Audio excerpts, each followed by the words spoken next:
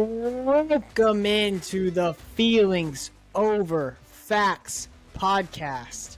I am your host, Zach Simmons, here with my co-host, Daniel Jones, aka DJ. DJ, how are you feeling? Feeling good. I'm feeling good. Happy to be Yes, here sir. on this lovely day, whenever you're listening to it. Indeed. We are back for episode 4 of the Feelings Over Facts podcast. The energy is high. Wimby is a spur. The Nuggets are up 1-0 on the Lakers. Vibes are good. Vibes are good. Are they good for you, though? Being a Laker fan, are they good? I mean, I'm a Laker fan by association. Um, So what you're saying is you're the worst kind of fan because you just follow your homeboy around and whatever team he well, goes to. that's your opinion. LeBron, following LeBron has been my entire NBA fandom. So I can't abandon him now in year 20.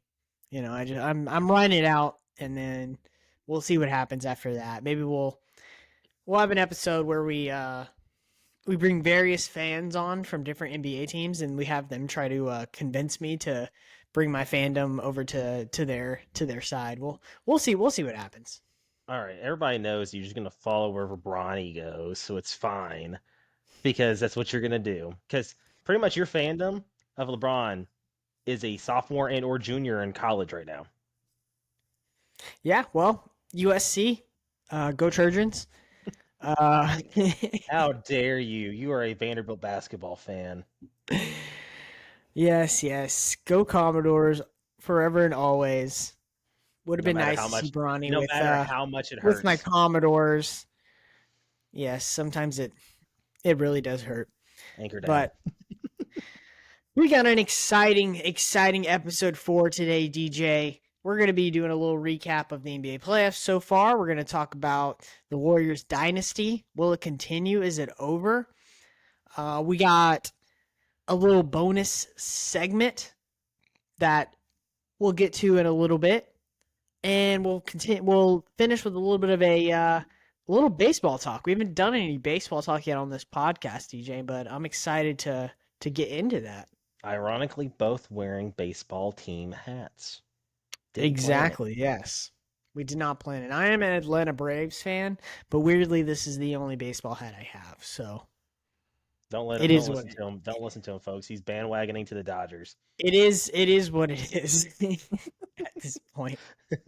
Ashley would love you. She would. She would. She would be a big fan of that. All right. So let's do a little recap of the NBA playoffs in the second round. The My biggest takeaway from the second round of the NBA playoffs was, even though that they were favored, the Denver Nuggets bouncing the Phoenix Suns and Kevin Durant and Devin Booker, as it was in 6 games, but they made it look easy. I never Watching those games, I never felt that the Phoenix Suns were going to win that series. And that's weird to think about whenever that team has Kevin Durant, and Kevin Durant has been so great for so long, and to see Jokic and the Nuggets just dominate them and dispatch of them, it was just really weird to see. And I know I picked the Suns, and my West Finals pick is now out, but I don't know, man. It was weird to see a Kevin Durant team, and also Devin Booker with 2 just great scores, like top 10 scores in the NBA right now. I would say without a doubt, just taken out like that. And it looks like the Nuggets and Jokic are just a team of destiny. They're on a mission right now. And I don't know. It's hard to stop them. That was my biggest takeaway from round 2. Was the Suns getting just toasted like they did. My biggest takeaway is how tired and how old the Warriors are looking right now.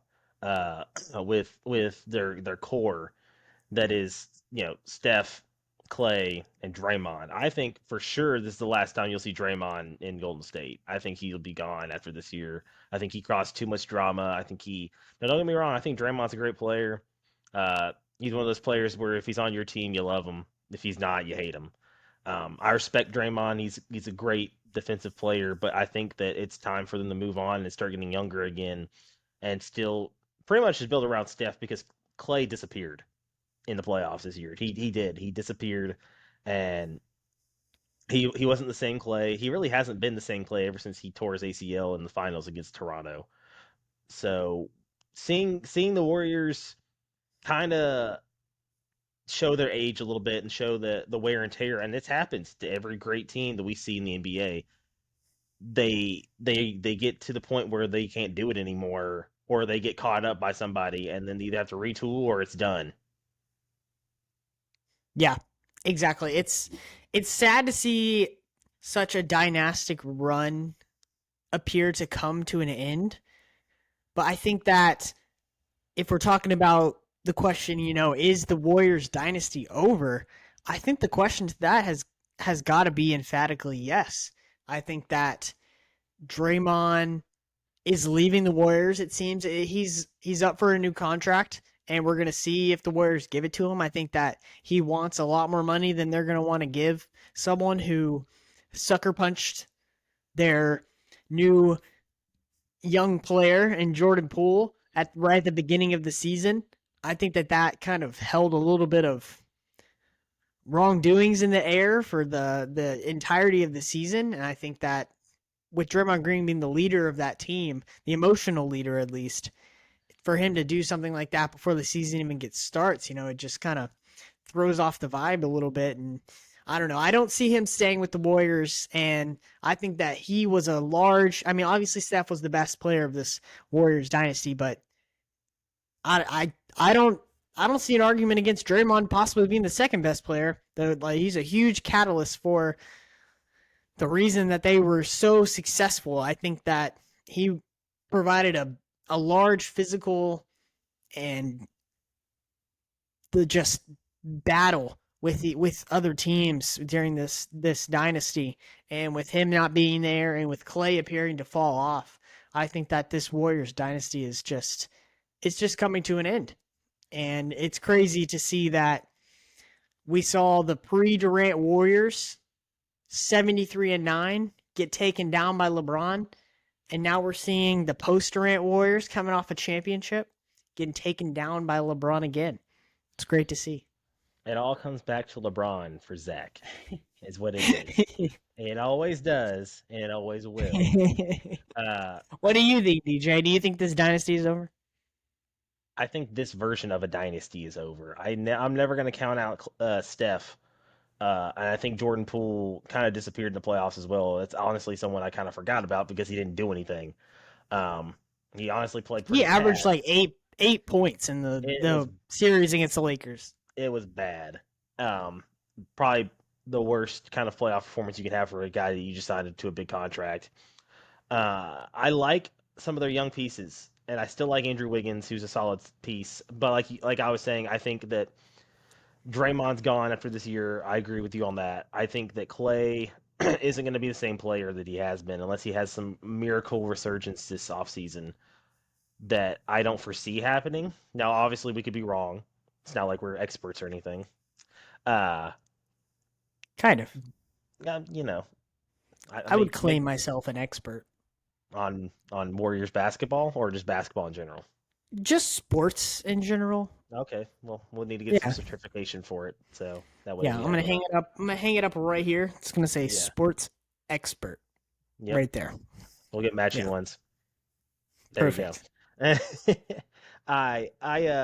I do think that, like I said, I think this version of the Warriors dynasty is over, but I'm never going to count out Steph because Steph is still doing what Steph does, and that's hit ridiculous shots. They'll be a playoff team till the end of Steph's career, I think, but I don't think they'll ever be a championship team again. That's fair, and that means that this dynasty is over.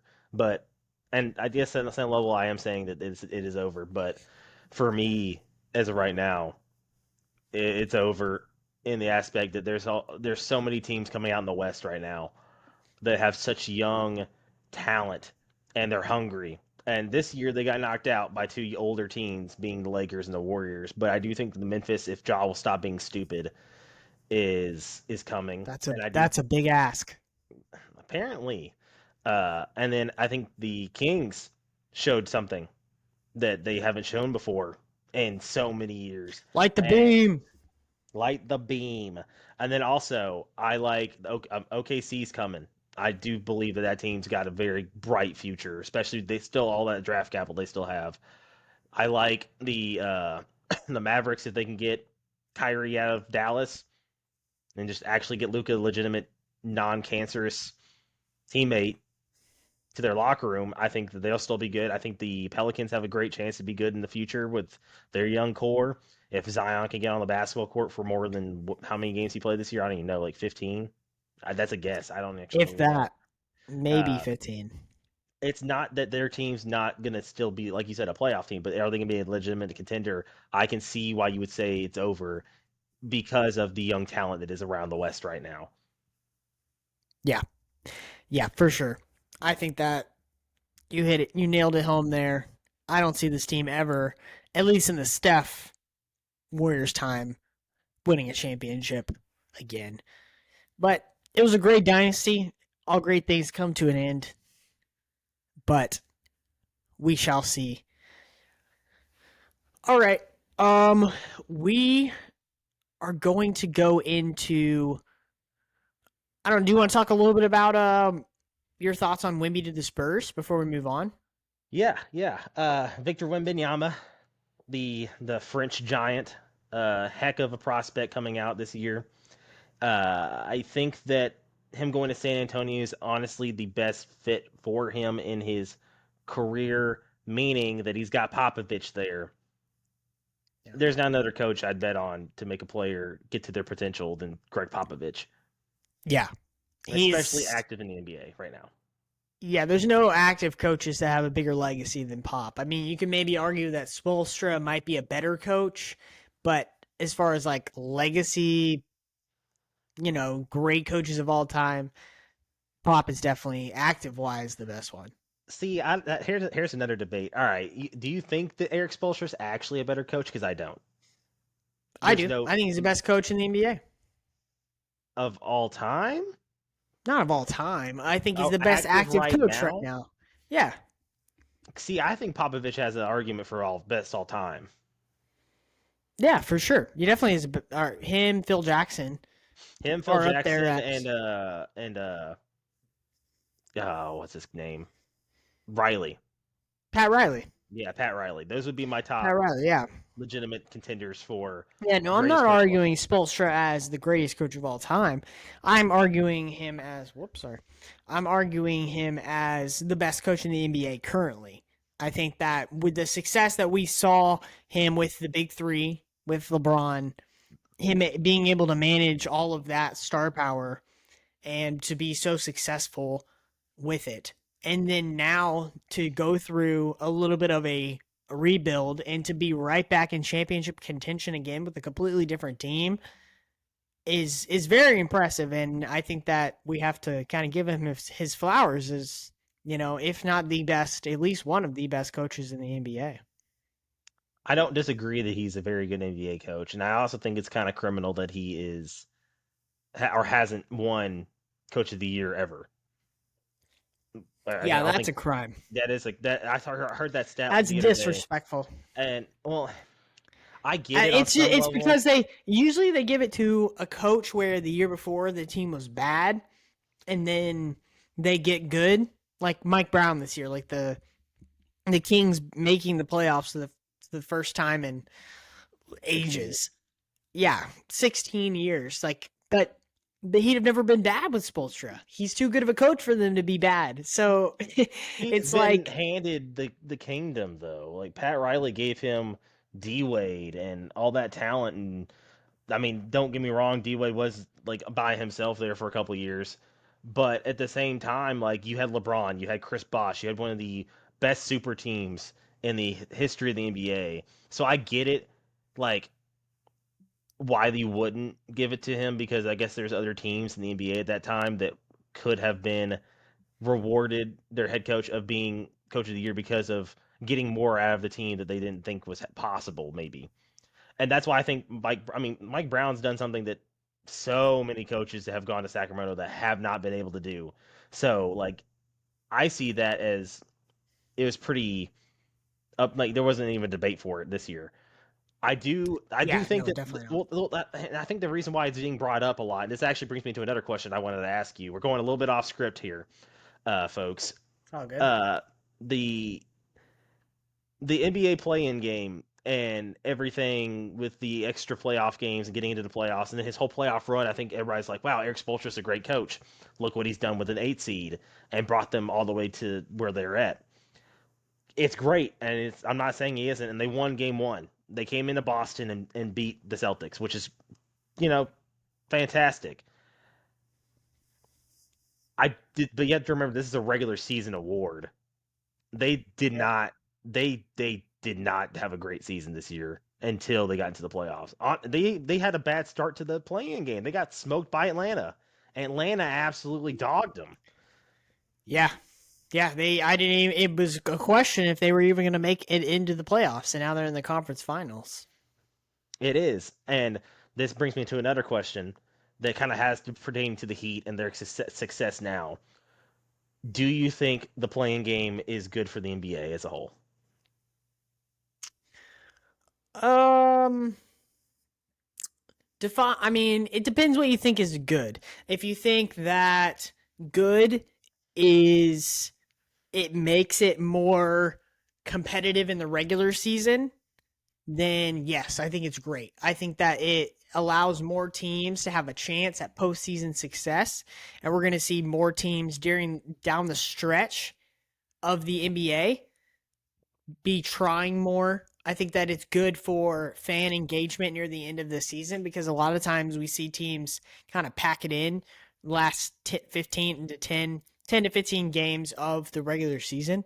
So I think in that aspect that it is good for the NBA. Um Plus, it makes the NBA more dollars because there's more competitive games later on in the yeah, season. I'm sure that they wouldn't have added it in if it didn't improve revenue. Like the NBA is too good of a organization to not do something that's improving their revenue. So I'm sure it's good in that aspect as well. And Lakers and Nuggets just tipped off, by the way. So if you see me and DJ looking a little bit off screen, you know what we're watching. Um, yeah, I think it's good for the NBA for sure. What do you think? So at first, I didn't like it. This is before any, but like it was because of the bubble and COVID, and that's why they did it, and that made sense because teams didn't have a chance to fight for a playoff spot at the end of the year. Um, Coming out of the bubble and going back to the NBA as a normal 82 game season, I didn't really understand it from the aspect of you're gonna tire out your 7 and 8 seed who have already got a daunting task of going to a 1 seed or 2 seed and pulling off the upset. Obviously, I was completely wrong. I mean, it didn't matter this year. Giannis and the Bucks got absolutely pounced on by the Miami Heat, which I would never have guessed, especially after that Hawks Yeah, I game. guess there is a debate that it could raise your team's form a little bit, you know, It kind of could just too, get them yes. into playoff mode right before they go into a full-fledged series. So there is, I guess, the argument that it could get you ready for a task that is that daunting. It is, and some teams do coast at the end of the year. So if you're a 1 or 2 seed, you're going to be kind of caught off guard. But going back onto your end, I don't hate it for the NBA because one, I like you said, I like meaningful basketball games near the end of the season. Um, like if we're talking about the Lakers who are playing right now, they've been in playoff mode since the All Star break, maybe even before that because they're fighting pretty They much had to trade be deadline, to make the area. play in. They Yeah. yeah, that trade deadline they completely retooled their team and look where they're at now. They're in the Western Conference Finals, have a legitimate chance to make it to the finals with the team that before the trade deadline, I wouldn't have thought that the Lakers make the playoffs, no Yeah, matter how no, good AD plays. they got rid of Russell Westbrook, they got rid of Patrick Beverly, and that has supremely improved their team, getting rid of players like that were just just it seemed like turnover, or at least Russell Westbrook like was a turnover machine, and that type of basketball was just not suited for winning basketball, and getting rid of him was huge. So I don't know. Let's talk a little bit about, since that kind of brings us to the topic, what we think may happen in this conference finals. Who do we got? Was a little bit of our predictions about Heat versus Celtics, Nuggets versus Lakers. I know that game one has already happened, and game two of the Lakers Nuggets is already underway. But DJ, who do you see prevailing? Who do you see coming out of these two So sides? my prediction on the West, it's very simple. The Lakers don't close it out in 6. It's over in 7. It's going to the Nuggets. Yeah, you think so? 100%. If it's game 6 and the Lakers don't close it out right then and there, and I'm saying like hypothetically, someone's gonna have to win it on the road, and I think the Lakers will be able to do that. I actually think they're gonna win game 2 here tonight. I mean, if nobody wins on the road, then the Nuggets will win in seven. Yes, but this is what I'm saying. Like if for some reason, You think the Lakers steal one on the road?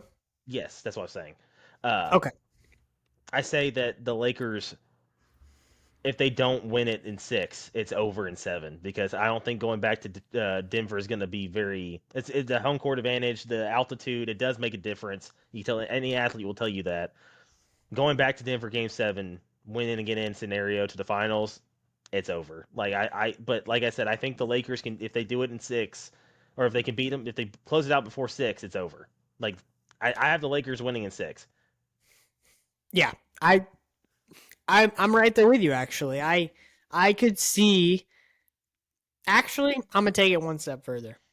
I've been doing a little bit of thinking about this Western Conference Finals ever since I knew that we were going to talk about it today, and I think that the Warriors, the Lakers, have the potential to steal this game too in in Denver, like we saw with the Grizzlies series and with the Warriors series. I know that they stole game one, but I'm saying the point is I think that they steal one of the games at the opposing team's home court, and I think that's going to be obviously game two tonight for the Lakers. And then I think that they defend their home court. The Lakers have yet to lose at home this postseason.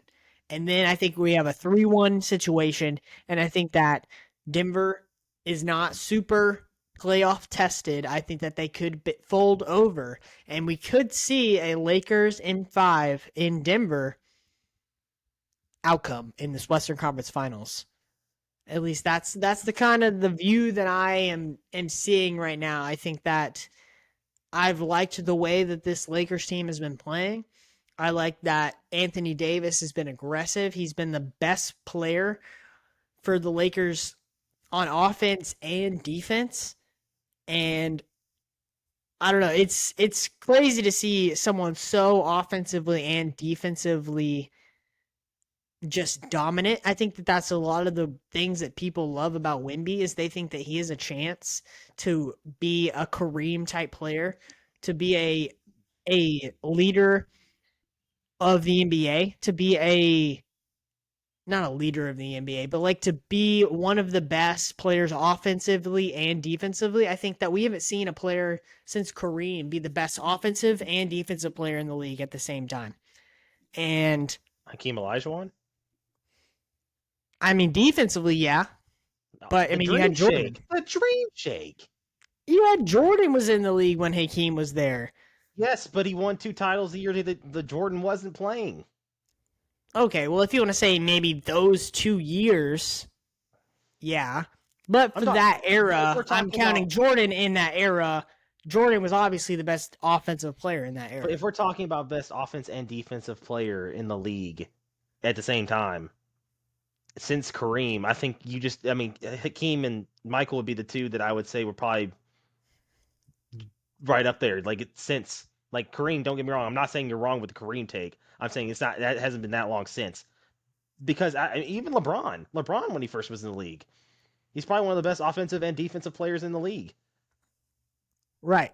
Yeah, I mean, he was up there, but I just don't think I it's been as people are- long. people are saying that Wemby has a chance to be the no doubt best offensive and defensive player in the league at the same time, which is like that's like Kareem level expectations. Like that's impossible expectations to live up Yeah, to. just be the scoring leader.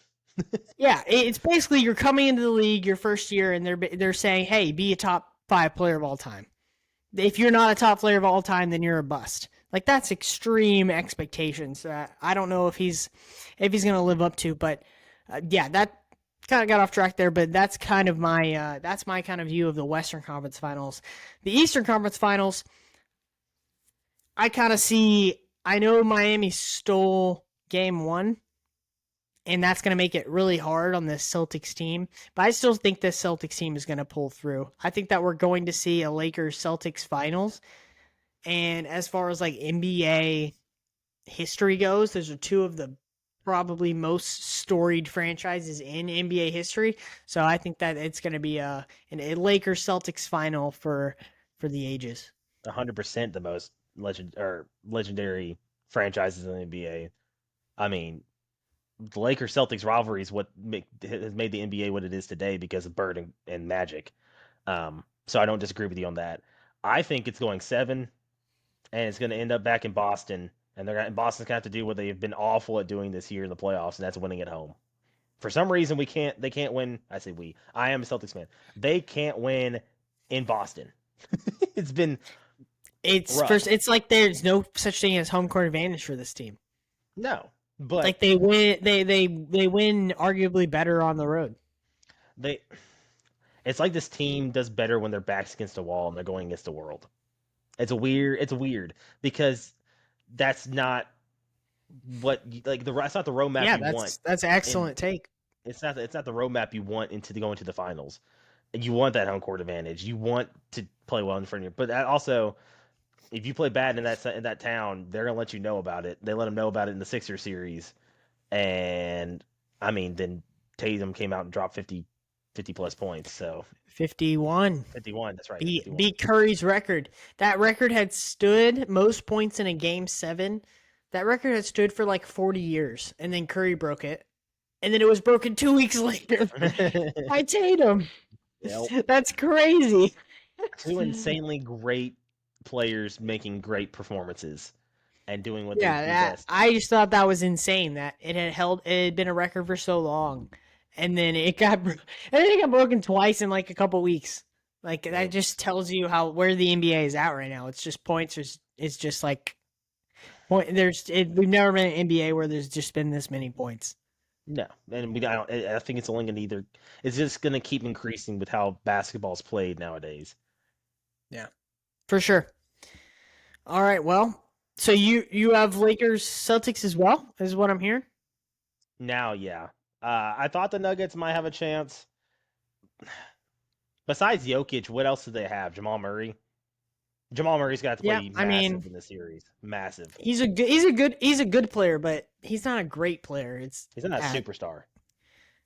Yeah, no, he's not a superstar. No. He has superstar level games. He has games where he goes crazy, but he's not there anymore. He's not there at this point. No. They have a great team though. I think that both these teams are pretty even on aspects with 2 big men that play very well and can put up points and play defense. Jokic is not as good defensively as Anthony Davis. But I think this is the first time we've seen AD kind of take over in a playoff in a defensive way since he first was in the league. I mean, AD, when he first coming out of Kentucky, was known for blocks. I mean, he was probably one of my favorite college basketball players to watch play just because of his blocking ability. It was insane that year. So, like, it's fun to see him kind of going back to that, or reverting back to what he used to be, which is a defensive force down low, especially. Yeah, he's getting to the point where he's not just blocking shots, but he's altering shots, and he's making shots that should go up, or not even going up, just because of the fear aspect of his presence, which is a whole nother level. That's ascending into the the Bill Russell, Hakeem level of just defensive prowess, and he's there right now. And if he can keep this up, I don't think there's any doubt that the Lakers can pull through on this in this series. So that's kind of our take on the conference finals right now, what we kind of see happening. And Victor So Wembanyama. and Wembanyama, Wemby to the Spurs. I'm really excited to see what he can do in the NBA. I think he's going to be a real talent. I think Summer that League should be fun. Yeah, for sure. It's not hyperbole what he could potentially be in the NBA. So we'll go ahead and move on. DJ, this is the first of the Feelings Over Facts podcast that we've gotten of this, but we did get some viewer mail. Ooh. We got some viewer mail. I know it's weird in 2023 to get some actual mail from viewers, but here we are. How do they find out where you live? Yeah, I know. I don't know. These people are crazy about the Feelings Over Facts podcast, but here we are. I'm gonna go. I won't open my letter without my letter opening music, so let me go ahead and get that going. There we go. Now we can open our letter. Try to do this with one hand. It's a little bit difficult. You're ruining the elegance of this. Let's take it over. Come on now. Let's get into this. Yeah, exactly. All right, here we are. Dear DJ and Zach, love the podcast. Oh, that's very nice. Thanks. Thank you so much. I appreciate it. We try hard. This is from... How do you pronounce this? I don't know. I can't read it.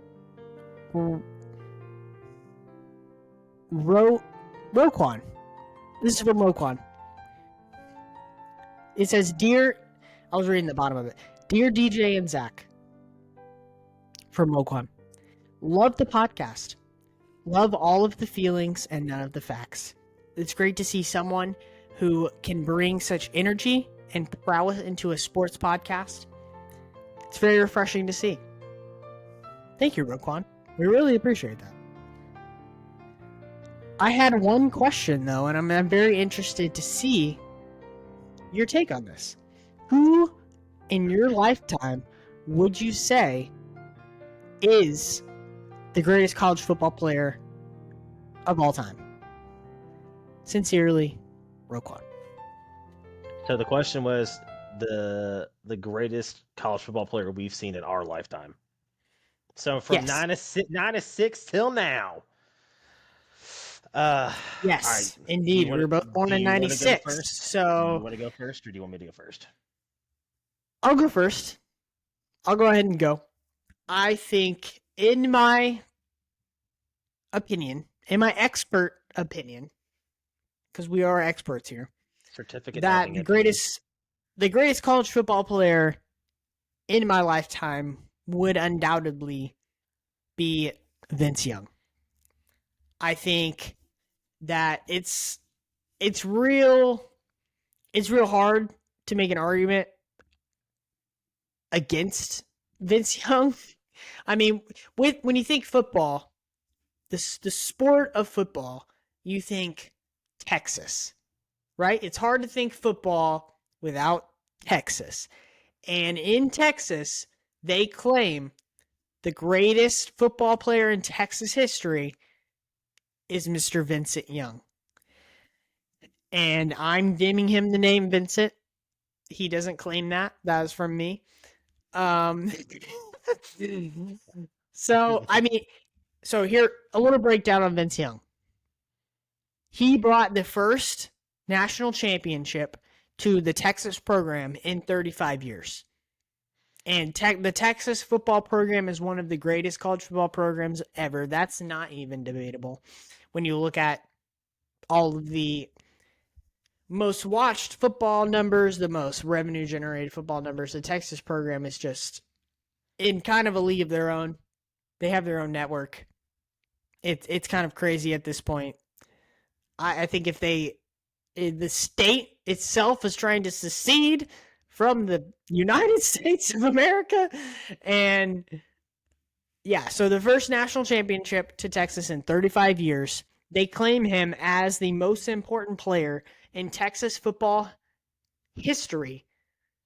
He won his last 20 games of his football career.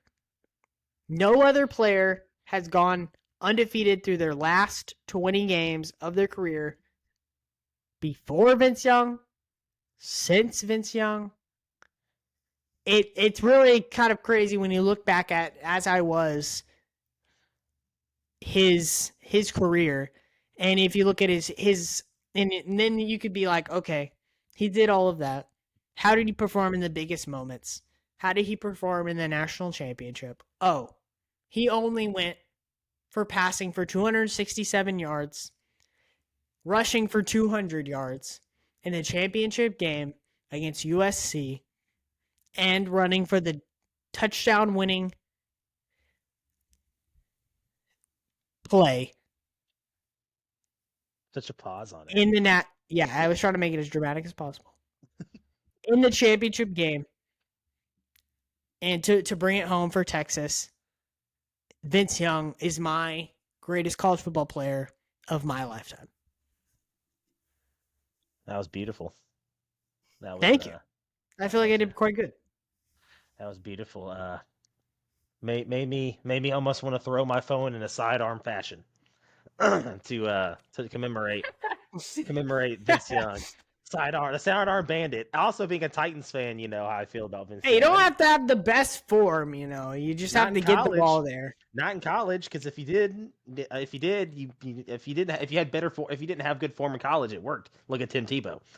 We're not talking about NFL quarterbacks here, DJ. I'm not talking We're about. talking about college quarterbacks. I'm talking about college quarterbacks throwing form. That's what I said. It was quite successful in college. Calm your britches, because guess what? You're wrong. Your opinion is wrong. Here's the real answer. All right, I got a drum roll.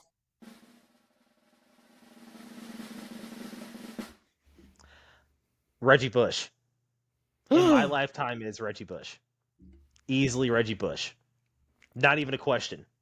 Not even a debate. Not in my opinion. In my sports expert opinion. Reggie Bush is one of the best players I've ever seen grace a football field in the college ranks. He literally was one of the fastest guys. He looked like a human joystick on a football field. It looked like someone was controlling him as a video game, because some of the things he did were insane. He had one of the most prolific years to win a Heisman Trophy, the only year he didn't win a national championship. And the only reason why he didn't win a national championship, because honestly, apparently he didn't feel like he just threw a lateral in the middle of the game trying to keep the play alive, and it didn't work, which kept Texas's momentum in it. So you're welcome, Vince Young. You need to give a thank you card to Reggie Bush, because without him, you don't have a national title. You don't get a Heisman Trophy winner. You don't have a Heisman Trophy because he stole it from you. Some people think that it should have been Vince Young, but it's unequivocally should have been Reggie Bush, and he still should have it, because he only got his Heisman taken away because NIL wasn't a thing back in 2005. But it's a thing now. I will say they do need to give that back to him. They need to give it back to him, because it's legal now. Like, what he did, they deemed not wrong. Like, how, like you can't not say that Heisman Trophy is his whenever you deemed what he did not wrong anymore. I mean, I agree. Anyway, you're getting me off my thunder. Going back to Reggie Bush. Sorry, one of the best players. I've never seen a man jump so high and so far on a football field. I've never seen him cut back against Fresno State. I still have that play ingrained in my mind because it was insane watching him do what he did. He had insane stats, running for 1,700 yards. He had 16 touchdowns his junior year before he went out. He had 2,218 yards from scrimmage. The man literally carried the Trojans to the national title game that year. They literally went undefeated for 3 years straight until that loss against Texas. He was a big part of it. He also had to split carries with big boy Lindell White, and it still didn't matter. He almost got 2,000 yards rushing. He literally split carry. I mean, the man was insane. I've never seen someone take over a football game or a football team like he has. He is one of the best players I have ever seen on the college gridiron. And I don't know how it's up for debate. Like, he literally was generational talent in college. I don't disagree with you about the generational talent. Yes, Reggie Bush, if you want to say he was the most electrifying player that we've ever seen in college, I would not disagree with you. Man would run from one side of the field to the other, and he would gain from sideline to sideline, and he would gain like 7 yards. He had the most electrifying 7 yard runs that I've ever seen.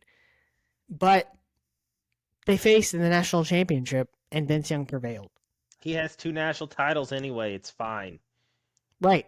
But if you're arguing between two players and they faced each other in the national championship, and one won and one didn't, it's hard to argue for the one that didn't.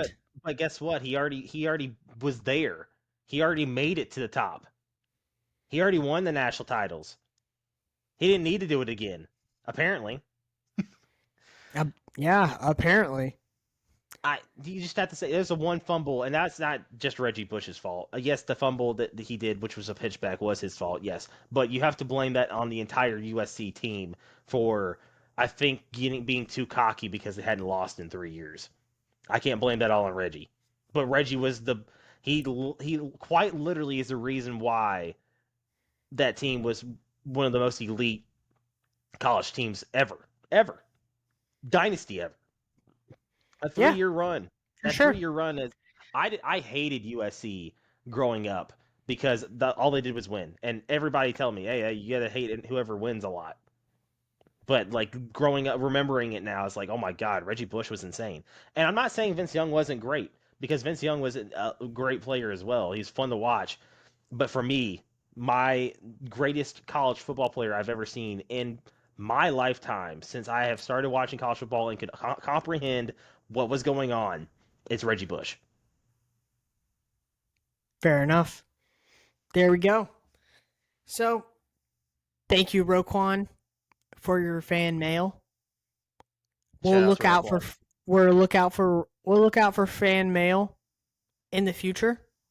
Any more fan questions? But there you go. There is our opinions on our greatest college football players of all time. So we'll go ahead and move in to our last segment of the podcast. We're going to be doing a little bit of debating on a little bit of a hot topic right now in the sports world. And that is, should cheating, or I won't say that, I'll phrase it like this. Cheating in baseball, what is our opinions on that? Because there's a little bit of debate right now with baseball and sign stealing and signaling your batter that a certain pitch may be coming. Aaron Judge, in a recent game, was seen looking over at his dugout moments before, hyping a home run, 438 yards. Feet. Yep, feet. out of the ballpark. Oh, no. I realized it right when I said it. I was like, wait, he can't hit it that far. Holy, that's a lot of yards. Feet. Maybe he is. He looked right, and so it was one of these. It was like he's looking at the pitcher, he does one of these, and then he goes back to the pitcher, and then he just smashes a home run.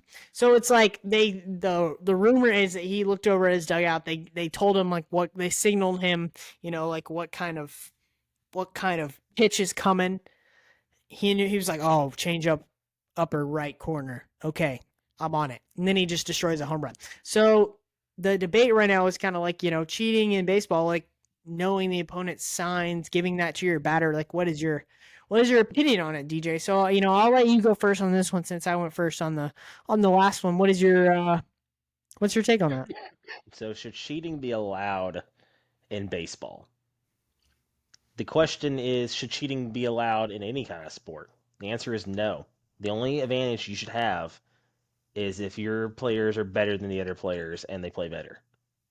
There's nowhere in baseball that should be allowed where you should be allowed to have a steroid use or take any performance enhancing drugs or be able to steal signs because let's be honest here, in any other sport, there's no great opportunity to do it in baseball like the downtime of baseball. I think that the sign stealing they're trying to take away with trying to get away with it with the pitch clock, try to get the game faster. I know is what they're saying, but it's inadvertently making it to where you don't have as much time to react because you can be out for not stepping in the batter's box fast enough now. So it's kind of gotten rid of that, hopefully. Uh, I mean, we all saw with the Astros and the Red Sox manager who was with the Astros kind of got away with. And honestly, all that happened was a bunch of players got suspended and their championships didn't get taken away. It didn't really affect the Astros. The Astros won another World Series. They went to another one before that. I mean, cheating should not be allowed in baseball because it's not allowed in it shouldn't be allowed in any other sport. Baseball has had the most scandals that I can remember in the past of massive allegations or proof of cheating. Let's talk about the Black Sox and the betting scandal. Let's talk about Pete Rose and him not being in the Hall of Fame because he bet on the Reds team he was managing. Yeah, sports betting, that's a big topic now, especially since it's legal, but back then even you could like obviously it's unethical to do that. To bet on your team even if you're not like playing, if you're managing, you have something to say about it. So there's nothing right about it. Using performance enhancing drugs or steroids, which I guess could be qualified as the same thing, but I'm dividing it. It doesn't matter. Anyway, I don't see how this is a debate in the aspect that you never need to have any cheating in any kind of sport, including baseball. Yeah, I mean, you make some good points. You called it cheating a lot. What I'm gonna say, I'm taking the opinion, which I believe is the correct opinion, that there should be cheating. I'm using finger quotes right now for our podcast listeners. Cheating in baseball. I think that a lot. All right, so I'm going to break this up into two categories. We have over here we have our sign stealing, our signaling to batters what to look out for during a pitch type of cheating. And then on the other aspect, we have, PEDs, steroids, performance enhancing drugs. In the first aspect, I'm going to talk about the sign stealing. I think that no doubt should be allowed in baseball. I think that's just strategy. That is just a strategical element of the game. And that's been allowed in every single sport. You're not gonna tell Syracuse University, hey, you're using your 2-3 zone is a cheating and that's not allowed. It's like, no, that's just good strategy. And I think that is what signaling to your batter a certain pitch is coming is happening. And that's just strategy. That's not cheating. You call that cheating. I would say that's just good strategic elements that are helping you win. On the other aspect, we have PEDs and performance enhancing drugs. Those, it's harder to argue against. But I'm going to say that I don't have a problem with those being banned. Like, obviously, if you're not going to allow players to use those, then players shouldn't use them. That gives them an unfair advantage. Yes. What I'm arguing is they should make it legal. It shouldn't be cheating because it makes the game so much more interesting. With performance enhancing drugs, back with Sammy Sosa and Mark McGwire, we were seeing home runs left and right. The game was so much more fun to watch whenever the people were hitting home runs to a just like ridiculous degree. Like, it's insane that they even had to test Mark McGwire. Like, he was hitting home runs that looked like it should have been out of an anime. Like, he was just like popping them out of there. Like, that was so much fun to watch. Yes, it is cheating. I'm not arguing. That is not strategy. That's just cheating at this point whenever those substances are banned. But I'm arguing they should not be banned. It makes the game so much more fun to watch. That's my opinion on cheating, finger quotes, in baseball. Plus, you don't see as many roid rage incidents where people break their bats over their legs anymore. Sad Also day. more fun to watch. It is fun to watch. I mean, it's a legitimate piece of lumber and you break it over your leg. If I did that, my leg would be broken. The bat would still be intact. Yeah, that's fair. It's a Maybe hot we'll take. have a bat breaking contest one of these days. Maybe a live stream where we're together, do a bat breaking contest. For sure. All right. Well, DJ, this has been great. Let's go ahead and get into our feelings of the week. DJ, I'll let you go ahead and go first. What is your feeling of the week? So I'm going to soccer this week, and football. It is not really a hot take. It might be a hot take for some people, but for me, that's actually not that big of a hot take. It's not a hot take at all. Man City's winning the treble, and it's very obvious. They're going to win the league in the Prem. They're probably going to beat Man United for the FA Cup, and all they have left is Inter for the Champions League final. That team might be the hottest team in the world in any sport right now. And it is ridiculously insane how much talent they have. And Erling Haaland's first year with the team, and they win the treble. When you have a robot at striker, it's gonna help. Yes, he's literally the Terminator. It's gonna be crazy to see what kind of career he has because he's not leaving Manchester City anytime soon. They are going to win so much while he is there. And he's only, 22? I think he's 22. Yeah, something like that. He's so young, he's so talented, and they're just not going to stop winning. And he's not going to stop scoring goals. Already broke the Premier League record that has stood for almost 20 years in goals. He breaks it his first year in the Prem. That's crazy. And, so... It's pretty crazy to see what Manchester City and Erling Haaland are doing. My feeling of the week, I'm going to go back over to the NFL. My feeling of the week is that some point in the regular season, the Pittsburgh Steelers will be starting Mitchell Trubisky as quarterback. And it will not be because of an injury. Kenny Pickett will get pulled for sucking at some point in the season. Gonna get pulled and for sucking Mitch so Trubisky, hard. Mitch Trubisky will be the starting quarterback of the Pittsburgh Steelers at some point during the regular season because they just signed him to a 2-year extension, and I think that he is a little bit of a contingency plan because Mike Tomlin does not know how to lose, and I think that they will be doing quite well, but Kenny Pickett will be holding them back, and I think that they could throw in Mitch Trubisky some point during the regular season. Well, all right then. Big Mitch guy still. Were you the GM of the Bears? I'm the Mitch guy on the podcast. Oh, God. You know what they say about the Mitch guy on the podcast. Exactly. All right. From the Feelings Over Facts podcast, I am Zach Simmons.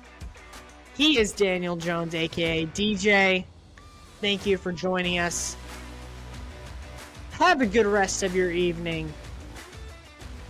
And good morning. Peace.